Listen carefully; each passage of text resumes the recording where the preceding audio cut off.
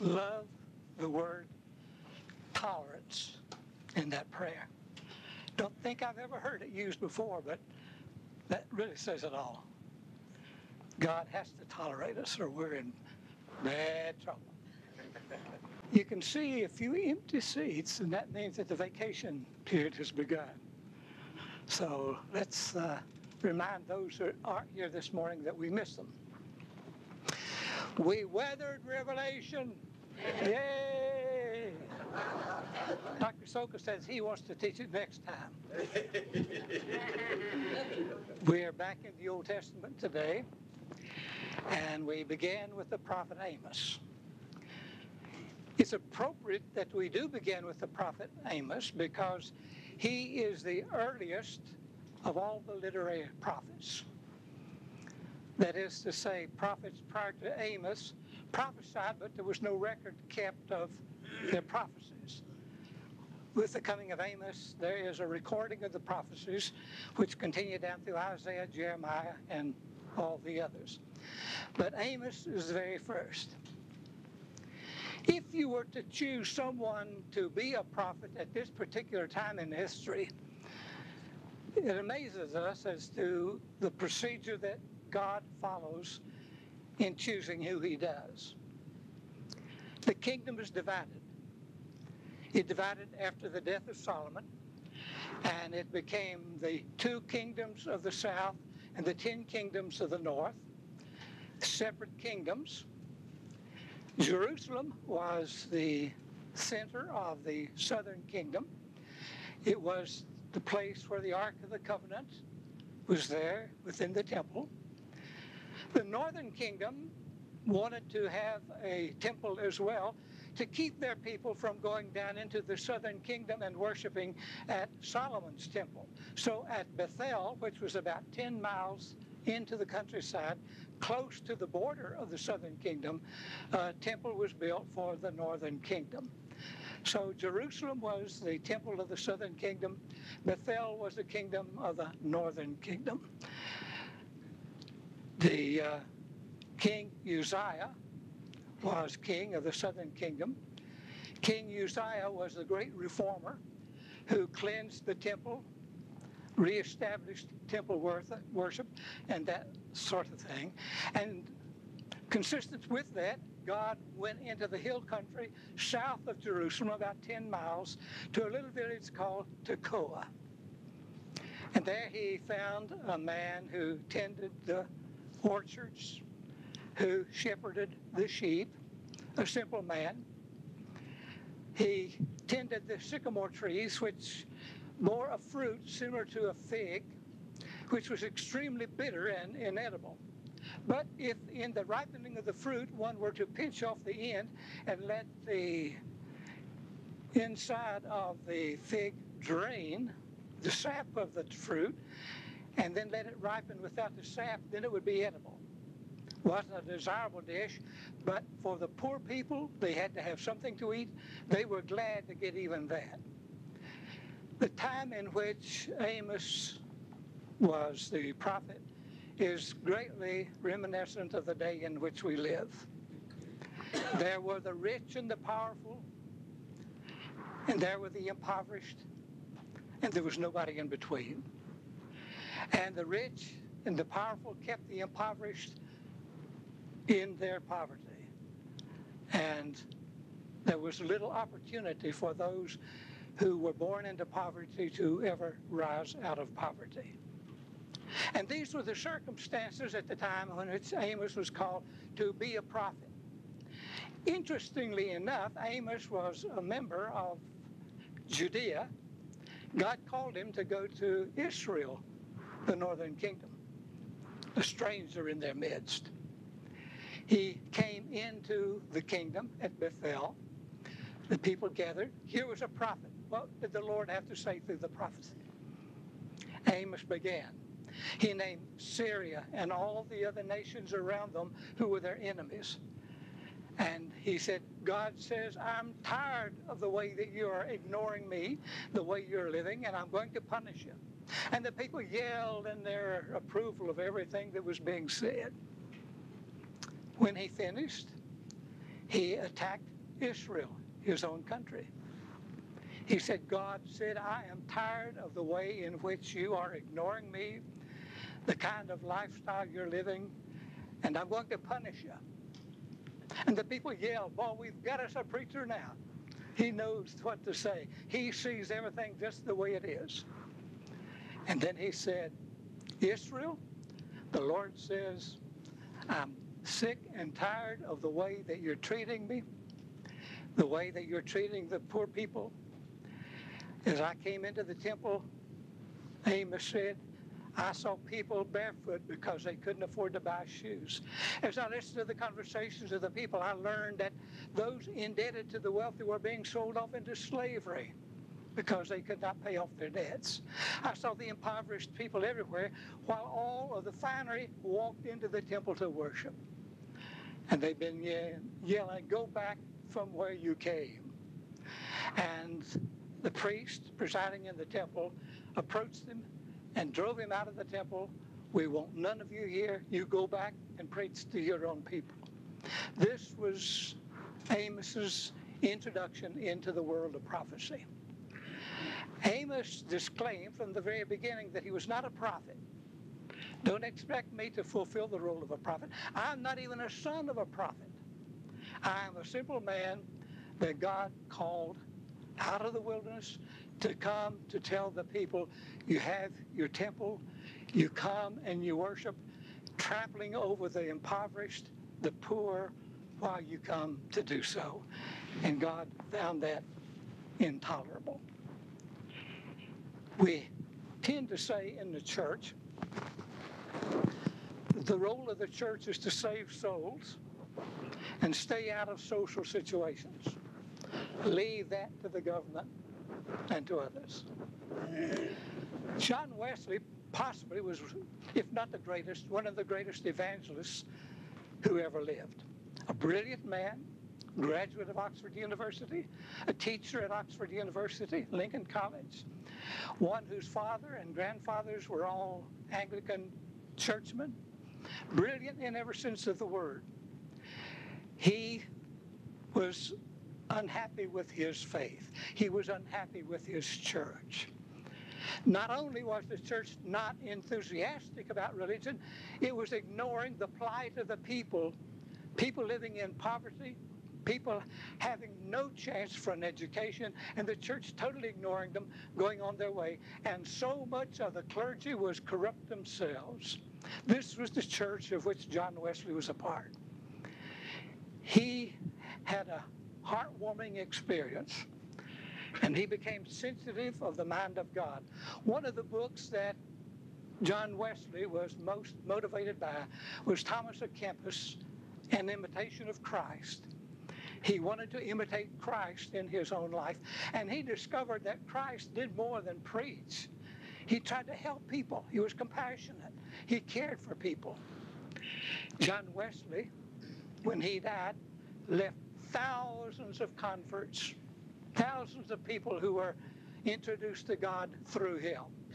Scores of churches that were established to carry on the work that had been begun through his converts. In spite of the fact that he was that kind of a churchman, that he was that kind of an evangelist, one of the first things that he did after he had his heartwarming experience was to establish an orphanage. He was aware of the children of the city who had no homes, who were living in the streets, and he established an orphanage to take care of the children. The Industrial Revolution had come.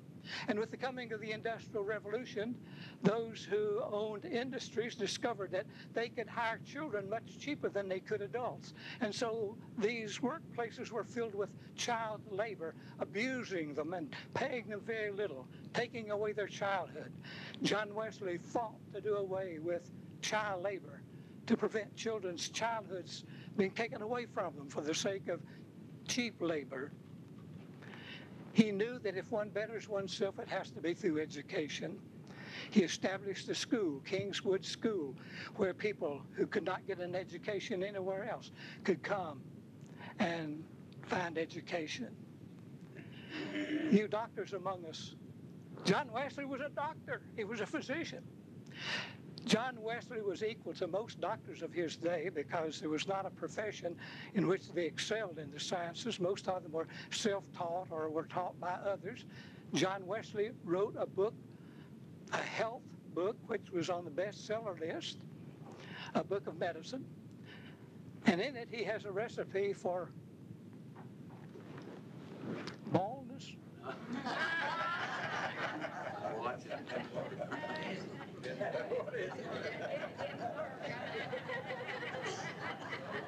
I tried it. Not really. But if you go to Wesley House in London, you'll find a generator on a table there. John Wesley used to generate electricity because he saw the value of electricity in the treatment of people's nerves that developed into psychiatry later on. But he was one of the originators to know that electrical impulses could have an effect upon a person's nervous system. John Wesley opened the first public free medical clinic. John Wesley didn't just want to save souls. He wanted to make life better for people while they lived on earth. And it's a great life here on earth. I want to go to heaven, but I want to stay here just as long as I can, because heaven's going to be mighty good to beat this one. And John Wesley knew that, and he couldn't see people imprisoned in this life with the only security in this life coming with death, so that they could escape the kind of lives that they were having to live. So John Wesley set the precedent that not only do you bring people to God, but you use your love for people, your compassion for people, to make life better for them. Our lesson writer today said that Ed Koch, when he was mayor of New York, made the statement that if every church were to adopt 10 families in America, there'd be no need for public welfare. The government wouldn't need to do anything. That everybody would have their needs met if only every church in America were to adopt 10 families and provide for their needs. Ronald Reagan was quoted in this same context as saying, if every church in America were to adopt 10 families, there would be no need for any kind of governmental assistance. There would be no need for welfare. Our lesson writer went on to quote an Episcopal bishop in New York as having computed what they had said, and his computation was that if a family were to live just on the outer edge of poverty, back in the days when these statements were made, it would cost at least $10,000 to pay the rent, the utilities, the food, just the basic needs, which every church taking 10 families would have $100,000 a year going out to take care of these families. Taking note of the fact that there are many churches in America that don't even have a budget of $100,000 to pay a salary for a minister, to keep up a church or anything else. It's idealistic to think that the church can do it. The church can improvise, they can innovate, and they can motivate to get the things done that the church can't do itself. Muncie is a great church. When I served First Church, I looked over here and said, boy, we're a lot better than they are. No. Excuse me. Dick Looney and I were close friends. And when I was appointed to First Church, he said, this is exciting. You and I can do some great things for Johnson City. And we did. We had a great working relationship. I'm excited to be a part of a church like Muncie that has an outreach that touches every group that we know about in need. My son has a summer job with the Samaritan House, helping assist in the way in which Muncie is assisting financially. We have a great outreach. We're sending money to Brazil. Did you see that article in the Call last week? The conference newspaper? Don't you get the conference newspaper? Shame on you. Is that the one that comes online? Those of you who, did you notice an article on the front page written by Joy Eastridge, who grew up in Brazil? Her first 14 years of her life was, her parents were Baptist missionaries to Brazil. And because Brazil is the object of our offerings this year at annual conference, they had her to write an article. She talked about the poverty of Brazil. She said, unlike America, where if you're born in poverty, with education, with opportunities, you can go anywhere you want to. But in Brazil, if you're born in poverty, you die in poverty because you're not permitted to climb out of your poverty. And having experienced it firsthand, she painted a sad picture of all of that.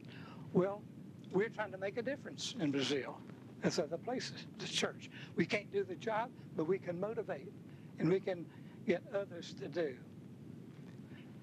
I served a community church of about 12,000 people, and we were the major church in town. And the bank president was one of our wealthiest members. And he griped all the time because our church was paying connection askings, which we could use in the local church if we didn't have to send it out.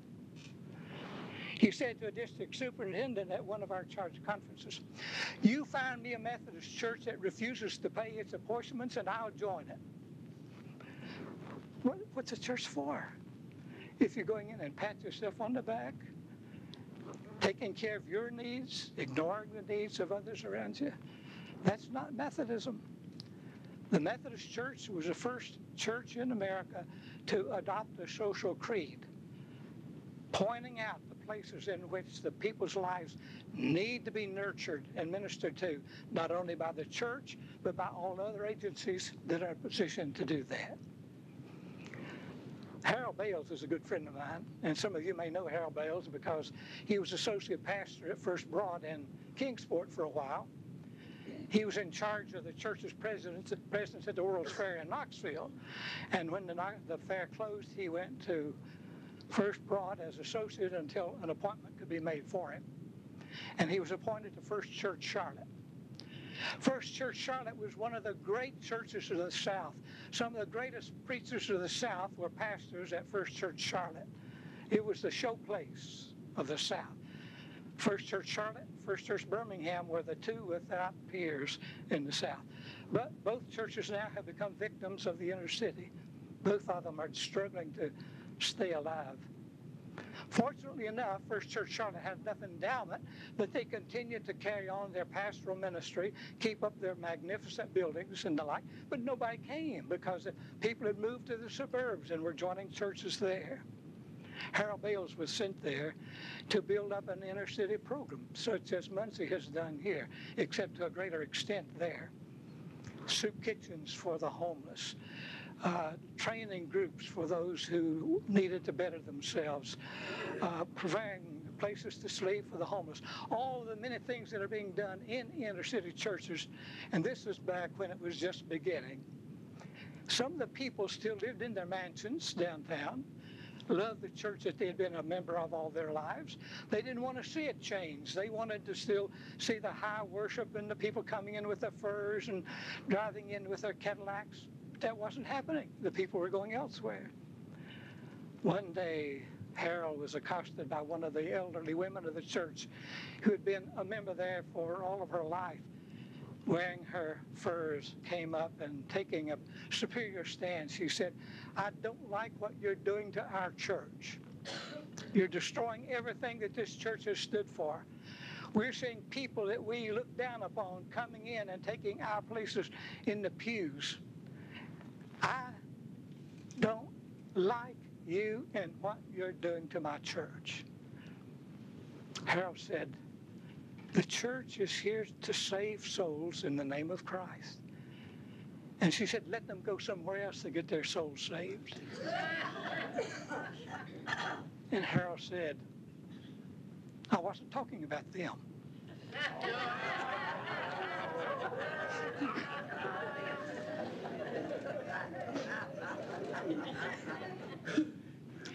The church stands at a position today where it can make a difference in society, because we read all the time of the widening between the haves and the have-nots because of the economic conditions that are prevalent in our society today.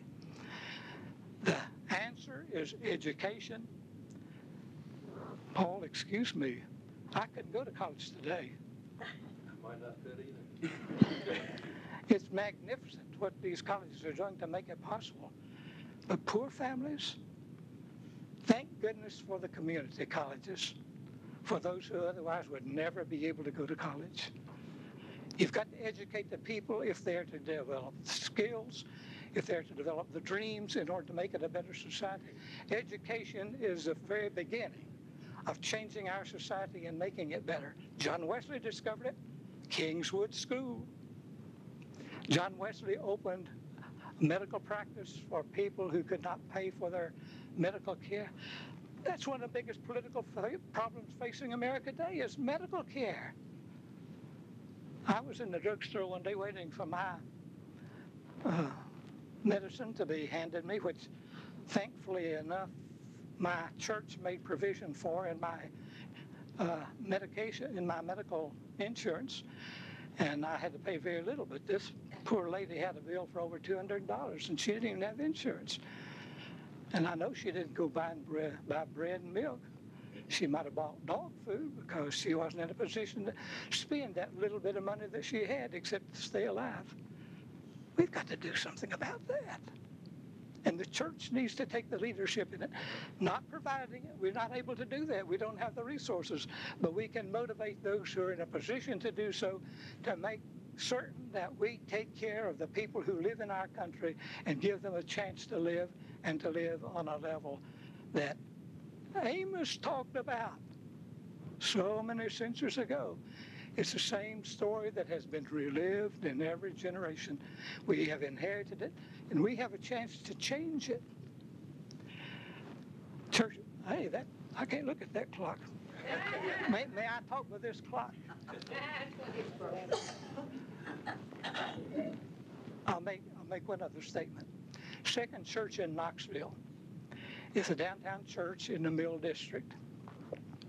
When I was associate pastor at Church Street, it was the second largest in membership in town. But it has become inner city, and it has always been a church for the mill people who were employed at the lowest economic level. They have a big red neon cross in their steeple. It's called the Red Cross Church. It was called the Red Cross Church because during the time of the Great Depression, not one member of Second Methodist Church took one dime of welfare. The church took care of its own. The people came together and met the needs of their fellow members. And not one family in that church had to depend on the government for welfare. That's what can happen when a church comes alive. Munns is alive. I'm preaching to the choir here because there's a sense in this congregation of the needs of people that is just heartwarming in every sense of the word. Aren't you glad we're out of Revelation? Any comments or questions? We need to send you to Washington. Wake them up. Get back there. I haven't called you yet. Any other comments or questions? Maybe that point you were making about the banker in your church. It's like the story they tell about the church. They called on one of the members of the congregation to have the prayer. He stood up and said, "Lord, bless me and my wife, our son and his wife, and us four and no more. Amen." Well, I've got to tell this. I was prepared to and ran out of time, as you know. But I do want to just end on this one thing.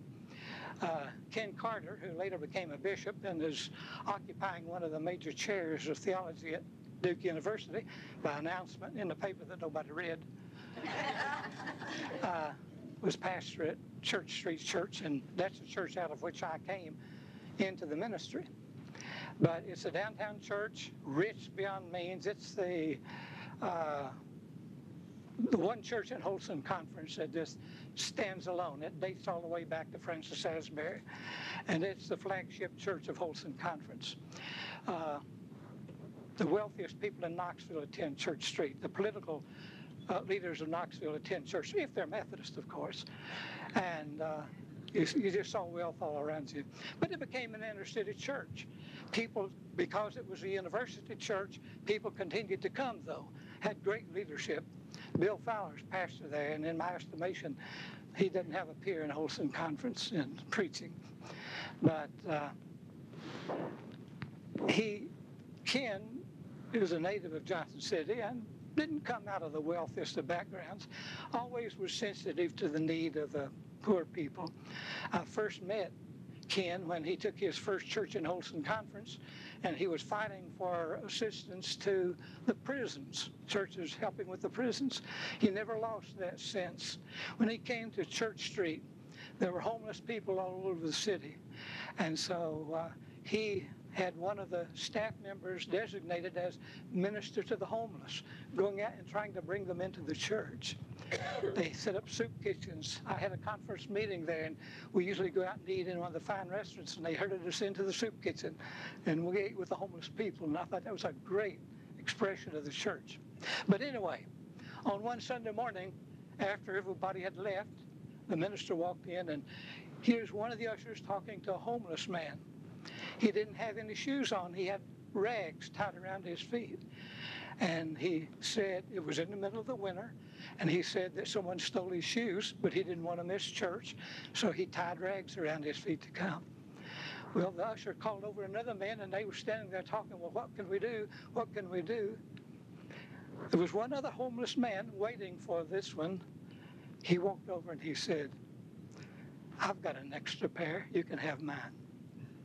And he took off his shoes and gave it to the other one. And he had another pair of shoes back where he called home. Ken Carter told that at Emory University at a symposium in which he was participating. And the newspaper said that there wasn't a dry eye on that podium when they saw the unselfishness of a homeless man inside of the wealthiest church in the conference giving his shoes to another. Now you can have it. Thank you, Vance. That was